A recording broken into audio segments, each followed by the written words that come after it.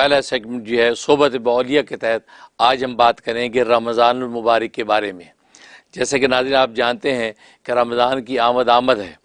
اور رمضان کا مہینہ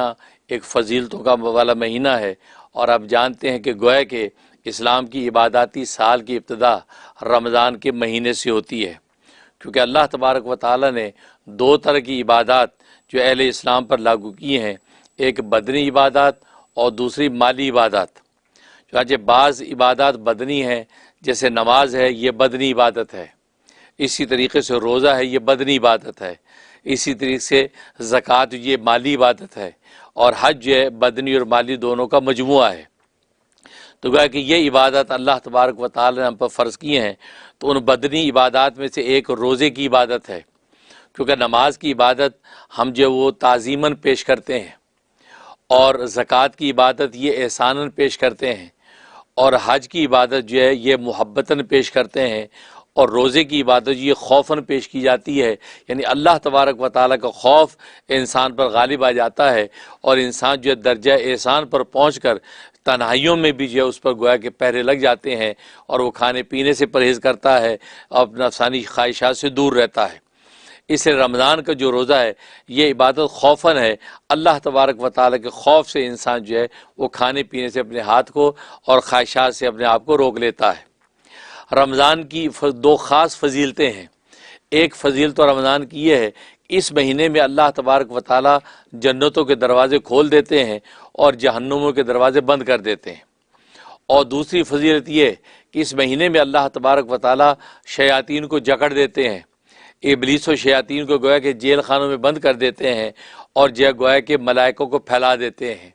یہ دو خاص فضیلتیں اللہ تبارک و تعالیٰ نے اس رمضان کے مہینے میں رکھی ہیں۔ اب رہا یہ سوال کہ اللہ تبارک و تعالیٰ جنتوں کے دروازے کھول دیتے ہیں اور جہنم کے دروازے بند کر دیتے ہیں، اس کا مطلب کیا ہے؟ اس کی دو وجہ ہیں۔ پہلی وجہ تو یہ ہے کہ جنت سے مراد یہ رحمت ہے،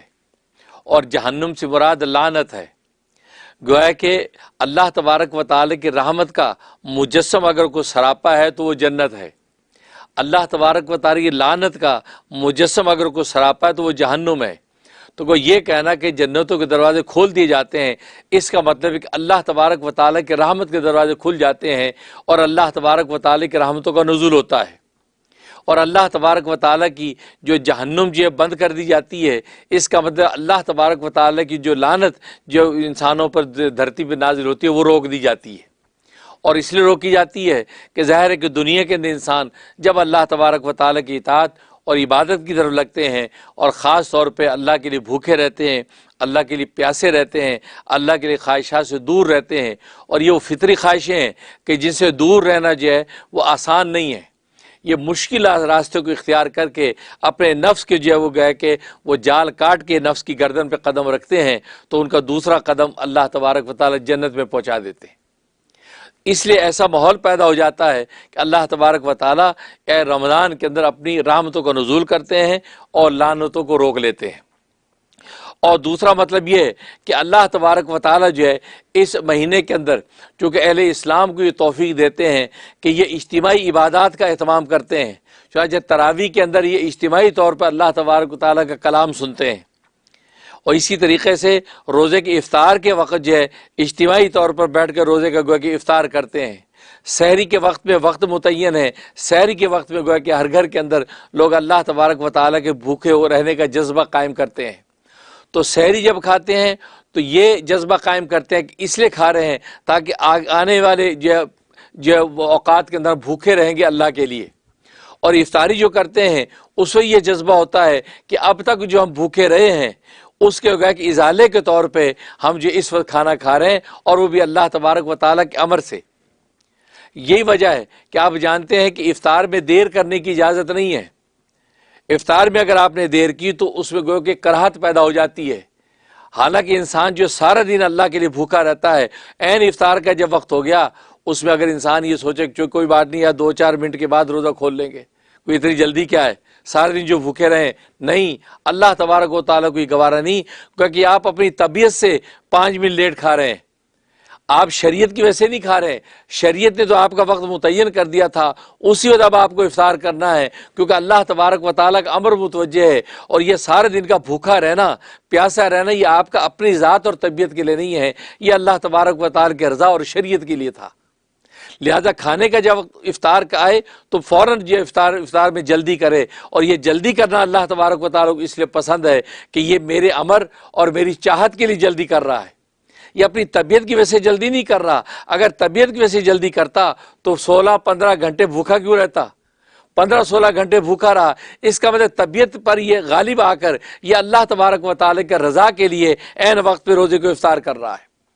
اس لیے فرمایا کہ افطار کے وقت میں اجتماعی طور پہ سب جو افطار کرتے ہیں اور اجتماعی عبادت میں اللہ تبارک و تعالیٰ کو پکارتے ہیں، تو ضرور زمین پہ انسان جب اکٹھے ہو کے اللہ کو پکارتے ہیں تو اللہ کی رحمت جوش میں آ جاتی ہے۔ اللہ کی رحمت جب جوش میں آتی ہے تو یہی مطلب ہے جنتوں کے دروازے کھلنے کا، کہ اللہ کی رحمت کی بارش نازل ہونے لگتی ہے، اور اللہ کی رحمت کی جب بارش نازل ہوتی ہے تو اللہ کی رحمت کا جو مجسم مقام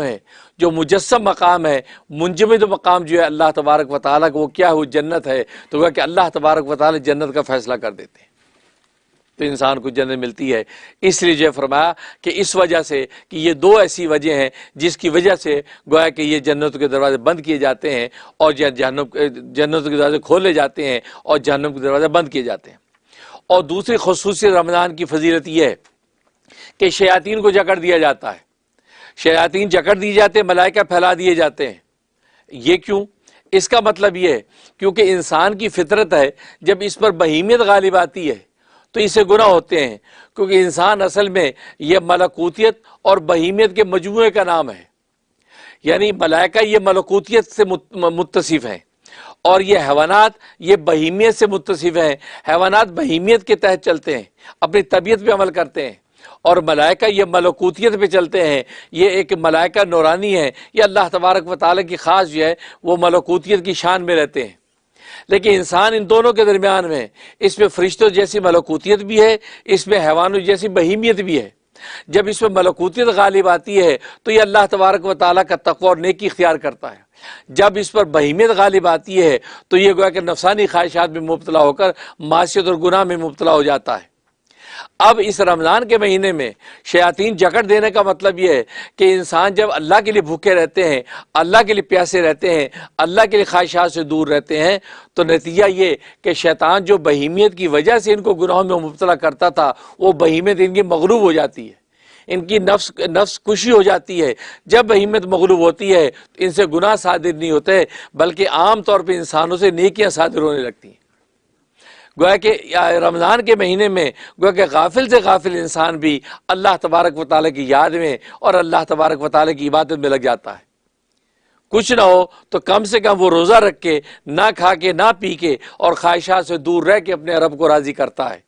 تو اس لیے فرمایا کہ شیطان جکڑ دیے جاتے ہیں، مطلب شیاطین کا زور نہیں چلتا، کیونکہ بہیمیت مغلوب ہو گئی، ملکوتیت غالب آ گئی۔ کیونکہ بھوکا رہنا یہ فرشتوں کی شان ہے، پیاسا رہنا یہ فرشتوں کی شان ہے، خواہشات سے دور رہنا یہ فرشتوں کی شان ہے، کیونکہ اس کے اندر ملکوتیت کی شان پیدا ہو جاتی ہے، فرشتوں جیسی شان پیدا ہو جاتی ہے۔ اور دنیا کے اندر جو فرشتے نازل ہو کر پھیل جاتے ہیں، یہ بھی گویا کہ ایک طرح کا فرشتہ ہو جاتا ہے۔ اب ان کی صحبت و رفاقتوں کے ساتھ جو ہے یہ گویا کہ تقوی و ورع کی منازل کو طے کرتا ہے۔ اس لیے فرمایا کہ اس کے اندر ملائکہ کی اس کو صحبت نصیب ہو جاتی ہے، اور شیاطین لعین جو ہے وہ جکڑ دی جاتے ہیں، جیل خانوں میں ڈال دیے جاتے ہیں، اور یہ ان سے بچ جاتا ہے۔ اس وجہ سے فرمایا کہ یہ اس کے اندر کیفیت پیدا ہوتی ہے۔ اور دوسری وجہ یہ کہ یہ انسانوں کا عام طور پہ دستور یہ ہے کہ جب اہم دن ہوتا ہے تو اس کے لیے فنکشن جب کیا جاتا ہے، اس کے لیے باقاعدہ تیاریاں کی جاتی ہیں۔ کوئی بڑا جلسہ ہے، کانفرنس ہے، کوئی بڑا جو فنکشن ہے، تو اس کے لیے سب سے پہلے اس پر فوکس کیا جاتا ہے، یا دوست آئیں اور دشمن دور رہیں، کوئی تقریب کار نہ آ جائیں جو ہمارے پروگرام کو خراب کریں، کوئی ایسے جو ہلڑ باز نہ آ جائیں ہمارے پروگرام کو خراب کریں، جو یہ ہمارے دوست جمع ہوں گے خاص پروگرام کے تحت اس کے اندر رخنہ نہ ڈالیں۔ تو کیا کرتے ہیں کہ پولیس اور سیکورٹی کا انتظام کیا جاتا ہے، کہ سیکورٹی اس لیے ہے تاکہ کوئی ایسے بدماش قسم کے لوگ آ کے پروگرام کو خراب نہ کریں، ہلڑ بازی نہ کریں۔ تو بالکل اسی طریقے سے اللہ تبارک و تعالیٰ کے نزدیک رمضان کا مہینہ سب سے اہم مہینہ ہے، کیونکہ یہ امت کا مہینہ ہے اور امت کی بخشش کے فیصلے صبح شام کیے جاتے ہیں، تو اللہ تبارک و تعالی نہیں چاہتے کہ شیاطین اور ابلیس کو اگر کھلی چھٹی دے دی تو ان کی صفوں میں گھس گھس کے ان کے اس فنکشن کو خراب کر دیں گے،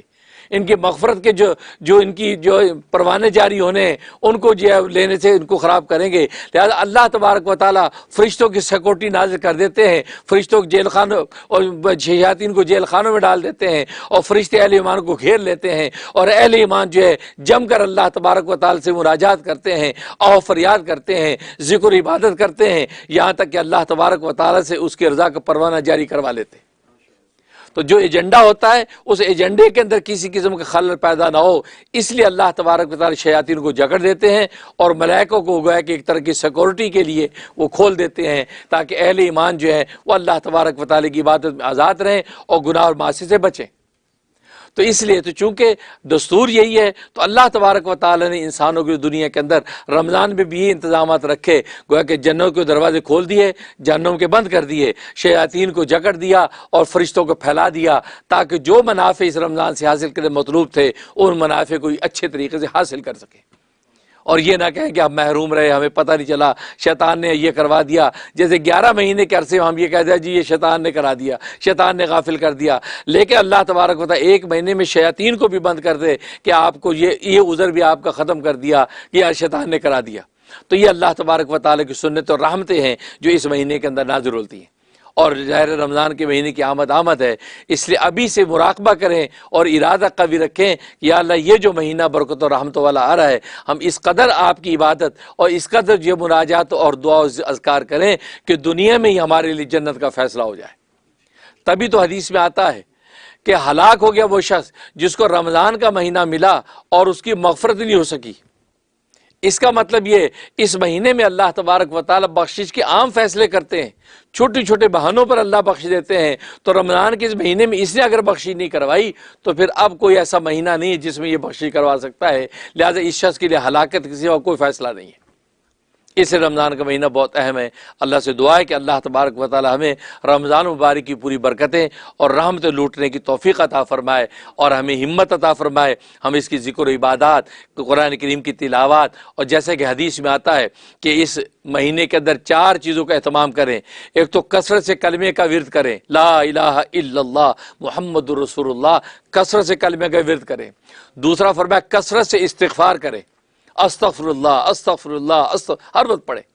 اور دوسرا فرمایا، تیسرا فرمایا 2 دعائیں کریں، جنت کو مانگیں کہ اللہم انی اسألک الجنہ، اے اللہ میں جنت کا سوال کرتا ہوں، مجھے جنت عطا فرما۔ اور فرمایا کہ جہنم سے پناہ مانگے، اللہم انی اعوذ بک من النار، اے اللہ میں جہنم سے پناہ مانگتا ہوں۔ تو گویا کہ 2 دعائیں کریں، ایک جنت کو مانگنے کی دعا اور دوسرے جہنم سے پناہ کی دعا، اور 2 جو ہے ذکر کریں، ایک لا الہ الا اللہ کا کثرت سے ذکر اور دوسرا استغفار کا کثرت ذکر۔ استغفار کے اندر آپ استغفر اللہ بھی کہیں، یہ بھی استغفار میں شامل ہے، لہذا صبح شام چلتے پھرتے استغفر اللہ روزے کی حالت میں کہتے رہیں۔ اور یہ بھی ہے کہ پورا استغفار پڑھیں، استغفر اللہ الذی لا الہ الا هو الحی القیوم واتوب الیہ، یہ بھی پڑھ سکتے ہیں، یا استغفر اللہ ربی من کل ذنب واتوب الیہ، یہ بھی پڑھ سکتے ہیں۔ تو نبی کریم صلی اللہ علیہ وسلم نے ان 4 چیزوں کا خاص طور پہ تاکید فرمائی کہ رمضان کے مہینے میں ان 4 چیزوں کی کثرت کرو تو آپ کو اس رمضان کے پورے منافع حاصل ہو جائیں گے۔ اللہ سے دعا ہے کہ اللہ تبارک و تعالی عمل کرنے کی توفیق عطا فرمائے، آمین یا رب العالمین۔